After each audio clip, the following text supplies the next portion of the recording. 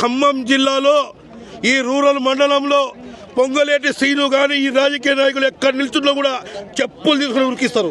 ఓట్లేసినావుగా, ఓట్లకు వచ్చినావుగా, కాళ్ళు పట్టుకున్నావుగా వంగి నన్ను గెలిపి అంటే మీకు ఇద్దరు ఎక్కి కూర్చోబెడతారని.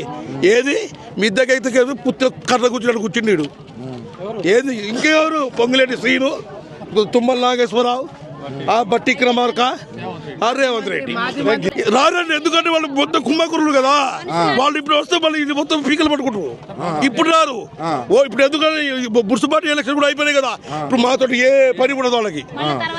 బాధ్యత ఉండదు. ఇప్పుడు వాళ్ళు ఏసీలలో హాయిగా కావాల్సింది తిండి తినకుండా, వాళ్ళు కావాల్సిన అధికారులు చేసుకుంటా హాయిగా ఉన్నారు. ఇప్పుడు వాళ్ళు బయటకు ఎందుకు వస్తారండి?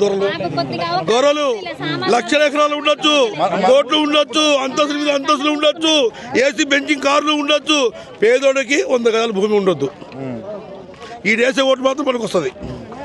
వీళ్ళు వచ్చినాక ఎందుకు ఇట్లా చేస్తున్నారు? అయింది మరి. అదే పాప పువ్వారాజా గారు ఉన్నప్పుడు, ఆ రాజకీయం ఉన్నప్పుడు అట్లా చూసి చూడకుండా వెళ్ళిపోయాడు.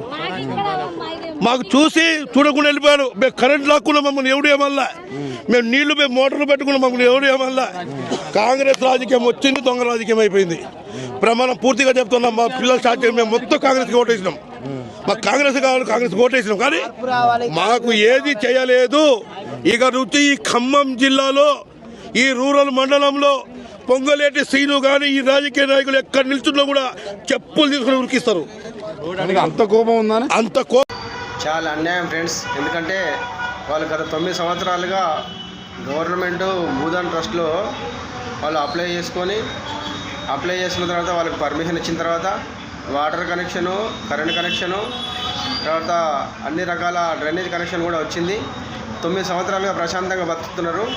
వాళ్ళ మీద ఈ రేవంత్ అన్న ప్రభుత్వం, ఎందుకంటే భూదాన్ ట్రస్ట్ ఏర్పాటు చేసింది కాంగ్రెస్ ప్రభుత్వం.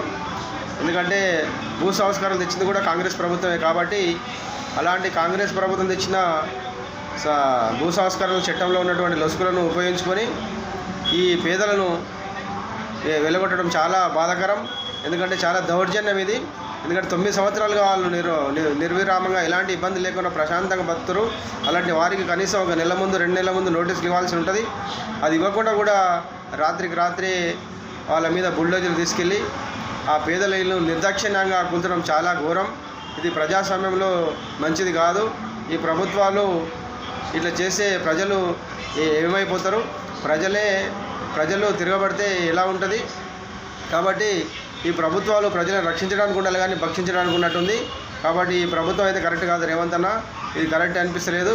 కాబట్టి వాళ్ళకి న్యాయం చేయాలి మీరు.